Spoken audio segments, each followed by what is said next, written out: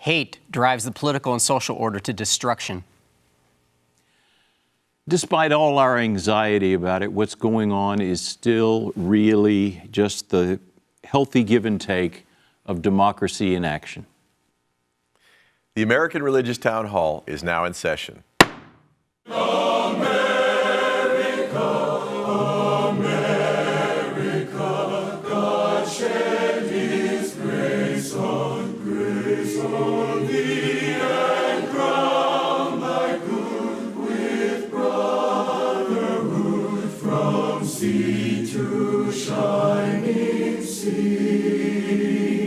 Welcome, friends, to the American Religious Town Hall meeting, where the discussion of religious, political, and social issues is meant to promote the cause of religious freedom and to help us better understand each other.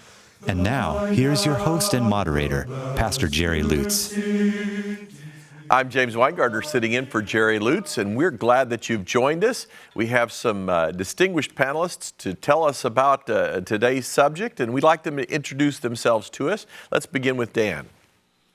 Hi, I'm Rabbi Dan Levin. I'm the senior rabbi at Temple Beth El in Boca Raton, Florida.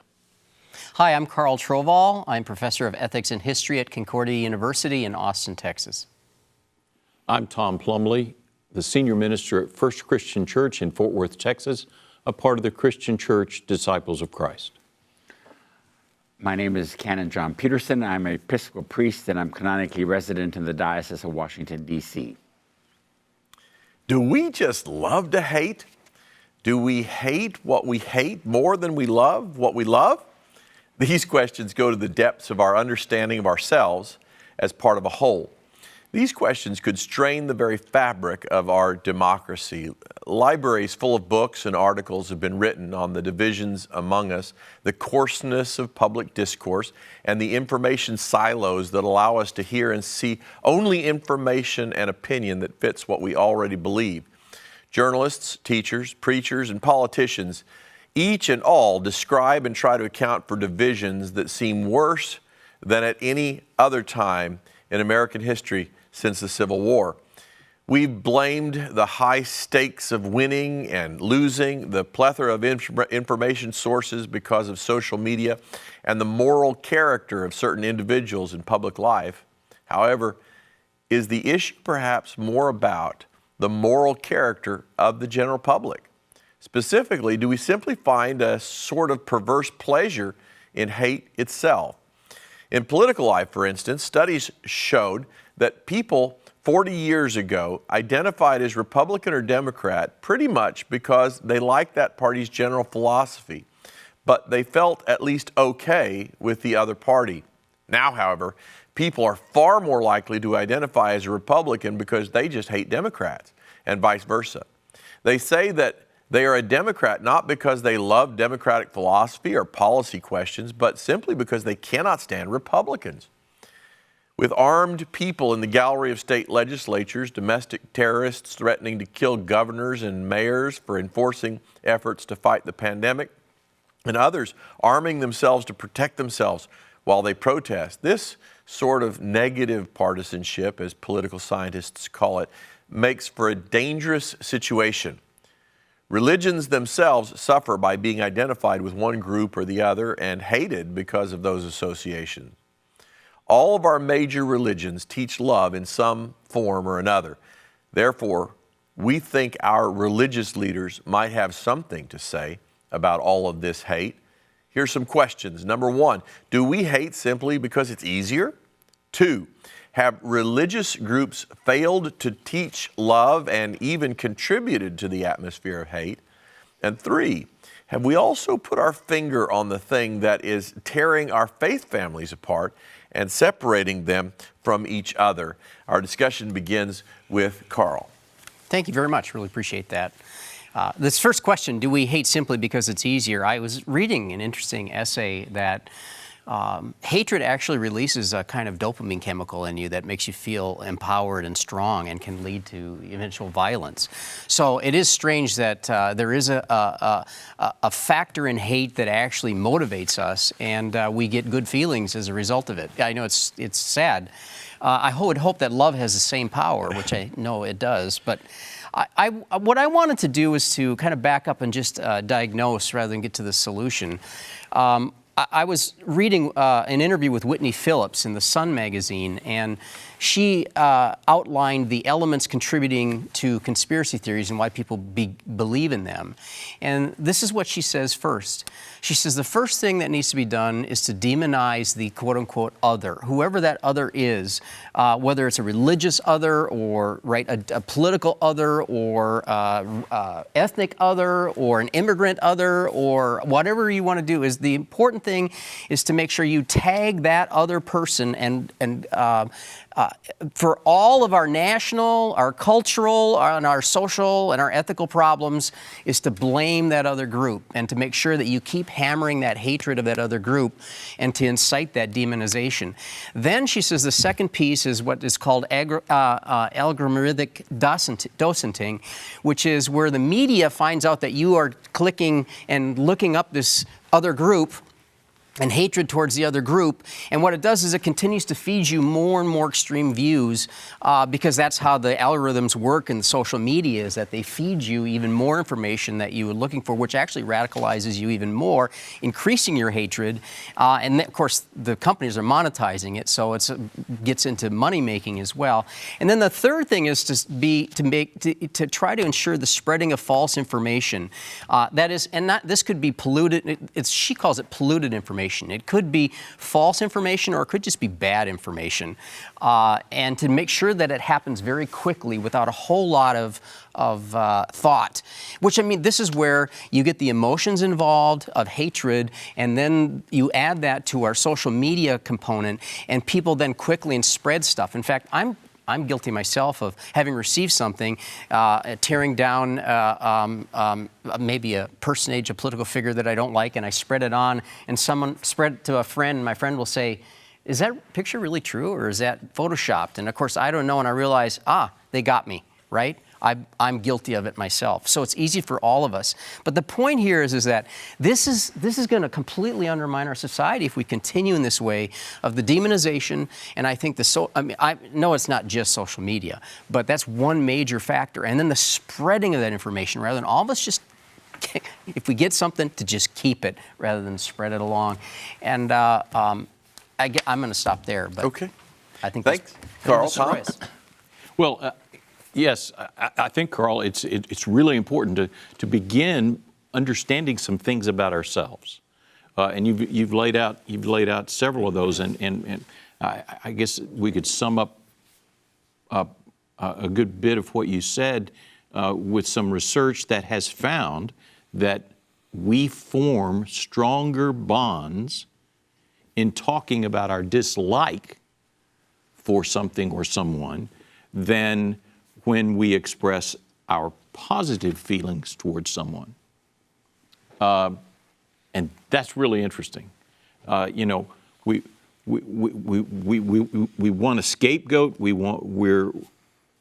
find ourselves, for a jillion different reasons, before and certainly during pandemic time, that we're lonely and we're seeking connections of some sort, of any sort, and then we fear that unknown, we fear that new, that other, and then we do project our anxieties out on the larger world.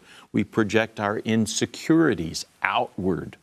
That's just a part of who we are. But then once we've gotten that understanding, that self-understanding, that's really, what we in the religion game call conviction of sin. that we understand ourselves to be less than perfect, that we understand ourselves to be sinful human beings, and then I think we can. Once we realize that we are in that boat just as much as the other person is in that boat, that person that we want to demonize, then we can understand that the reason our the genius behind the way our democracy was put together in its foundational documents, as problematic as they were, is that it understood that we needed to provide a way for those all of that stuff to be worked out. And you know, these guys did that in the late 18th century, before all this research, before all of the scientists have been able to tell us what we know about ourselves. They had some understanding philosophically of what human beings are and what they need and what they do, and developed systems by which we can nevertheless get along with each other and progress with each other. And that's why I began with my opening statement that you know, we really need to realize beyond all our angst that all of this stuff is the working out of what our country was established to be able to work out. We have to avoid the extremes. We have to understand ourselves as sinful as well as the other person. Thanks. John? I've been thinking a great deal about this, particularly as we've been talking on this program for the last several weeks about issues that basically center around hate and how we are dealing with white supremacy, et cetera, et cetera, et cetera. And I've been trying to think back in my own life. I'm old enough, nearly antique, to remember Vietnam and what was happening when I was in divinity school during Vietnam, and the intensity of demonstrations every single day being opposed to the war. And there was a real hatred at that point of just intensifying every single day in different demonstrations. But I think that the hatred at that time was different than the hatred that we are experiencing today. It was focused on a war, getting out of Vietnam, being conscientious objectors, etc.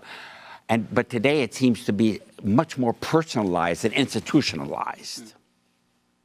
And I suspect that that is really where the big difference is between what we experienced in the 60s with horror demonstrations, just all around the nation.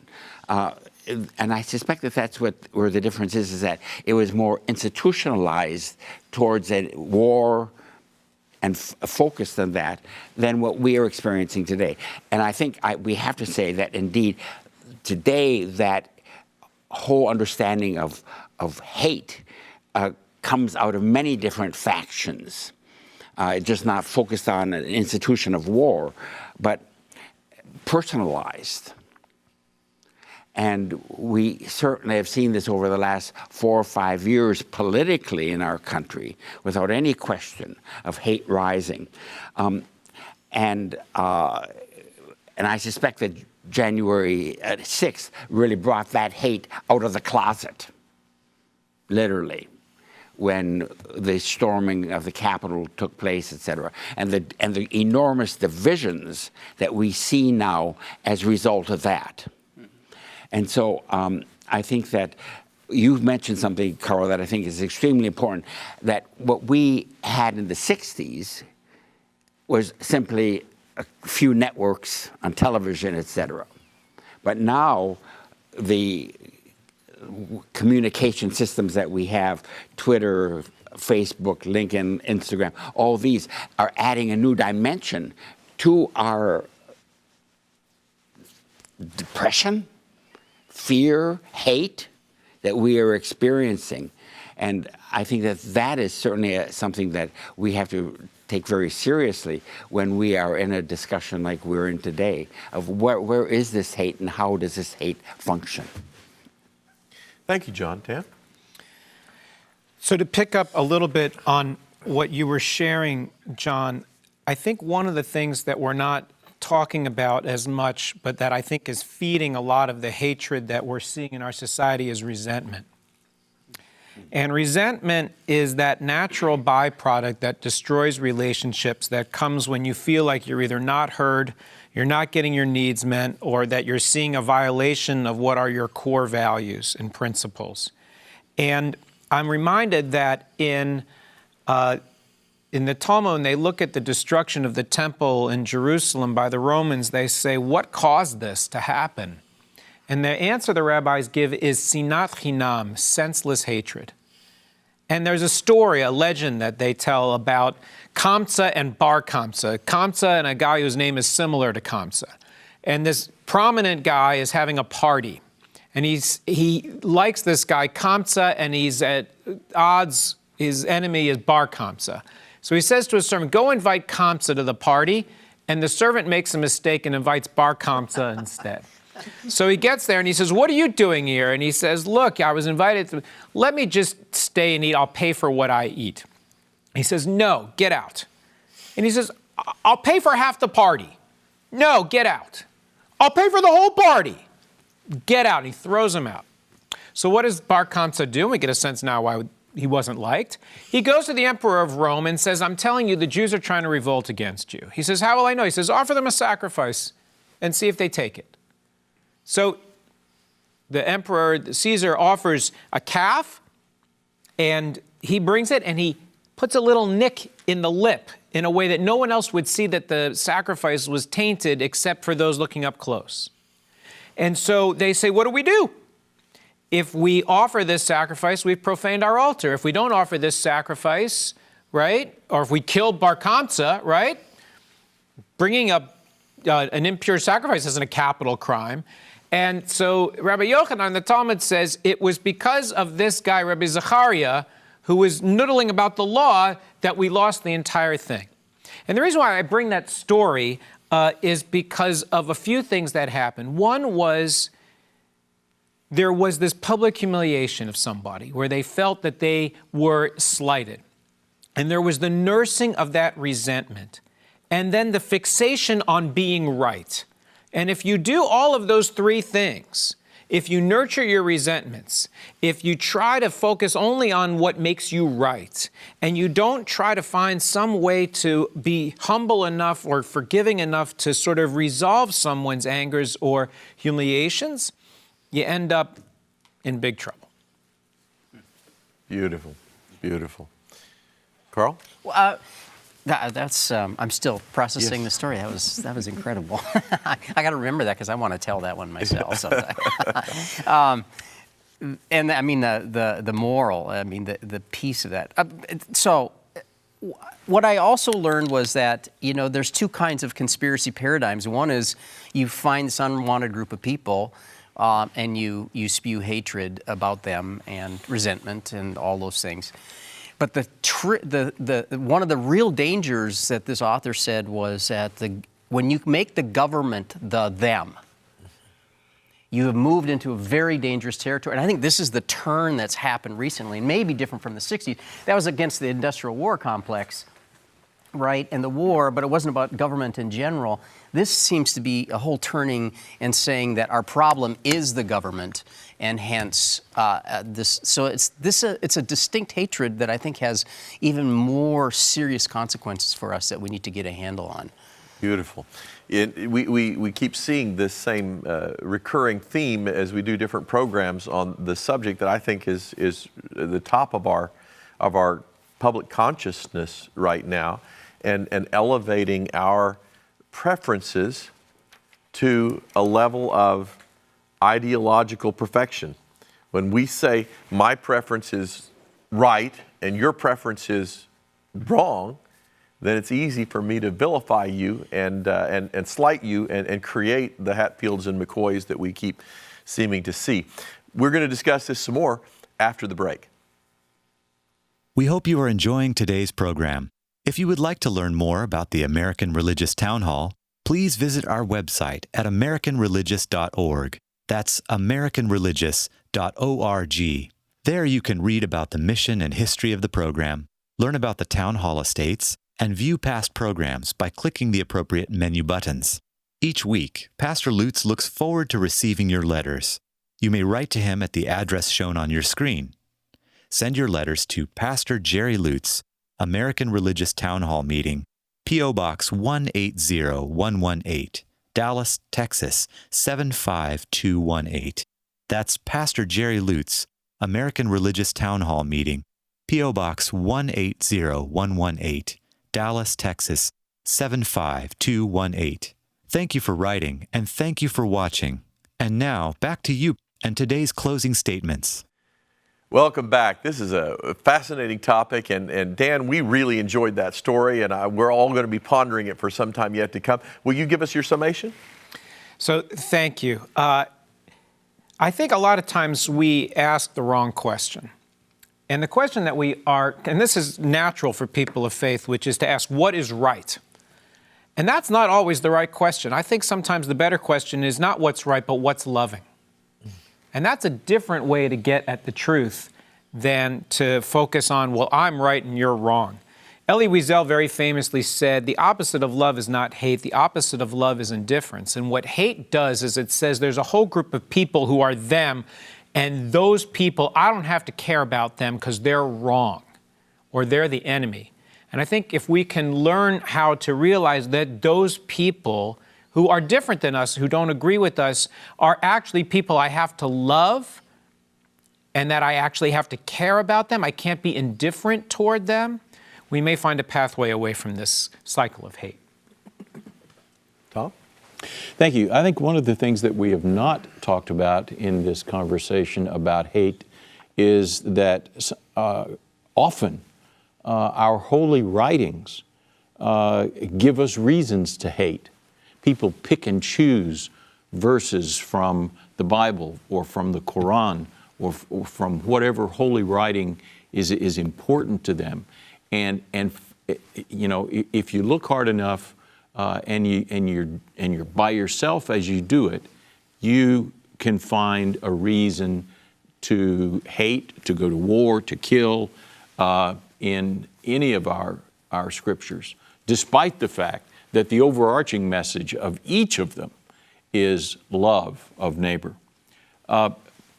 That teaches us something, that alerts us to something, and that is that Scripture needs to be read in community, and that individual texts need to be balanced against that larger message of love. The Holy One is always at work among us, showing us a way through the toxicities of our life, through the griefs and loneliness of our life. And we need to hold on to that essential truth. Thanks, Tom. John? My final summary is going to be quite brief, but I'm going to pick up on what Dan said and quoting my scripture, the gospel. Jesus commanded us to love our neighbor, coming out of Hebrew scriptures, of course. And I'm going to repeat it. Jesus commanded us to love my neighbor, all 8 billion of them, as I love myself. How willing am I to love all 8 billion neighbors as I love myself? If we don't speak against hate and lies, as Jesus did, who will? Thank you, John. Carl? Brad Galloway, who I used a couple of weeks ago, I mentioned some of his comments about escaping hate groups. One of the things that he said I found to be really interesting, because they were asking, how did you get out of it? Because now he helps people get out of hate groups. And one of the things he said was, well, there was a breakdown ultimately of the ideology. He said because he was exhausted keeping up trying to hate things and hate people. There was no build, no opportunity to build a better humanity or to build. It was all directed at hate and tearing down. And he said that it was something that was exhausting to him. And I think this shows the danger of hatred and resentment. And I also want to turn to I think it was Dostoevsky who said, you know, the line between good and evil isn't between me and you or between us and them. The line between good and evil is in our own heart. And so the question is not what about them and why hate them? The question is what's going on inside, right? I mean, what's going on inside your own heart that one has the need to actually hate? And, you know, to pull another quote that I had to, is James Baldwin, African-American writer, and I would encourage everyone to read it. He makes me break down in tears when I read him all the time. He said this. He said, I imagine one of the reasons people cling to their hates so stubbornly is because they sense once hate is gone, they will be forced to deal with the pain. Mm-hmm. And I hate to even comment because I think it just says it so poignantly that people hate because they're in pain. And so my question is for those of us, it's about loving everyone, but even loving the hater. Because the hater needs a community possibly of faith, needs compassion, needs empathy, because they're wrestling with some pain. And I think it's our responsibility as religious leaders to be the examples of that compassion and empathy in the world. Sometimes I think we find simplicity in hate. A wise man said to me many years ago that if we can just pigeonhole people, it makes our life simpler. The charter of the American Religious Town Hall provides that Roman Catholics, Protestants, Jews, educators, and others may appear on this program and can declare their beliefs without hesitancy. And the rest of the members of the panel will uphold and guarantee that American right to all who will appear, irrespective of race or creed, so that the rest of the world can see that here in America, we believe in civil and religious freedom, not only in theory, but in reality. Now, friends, till next week at the same time and over the very same channel, the American Religious Town Hall meeting stands adjourned. May the God of all of us bless all of you. Thine alabaster cities gleam.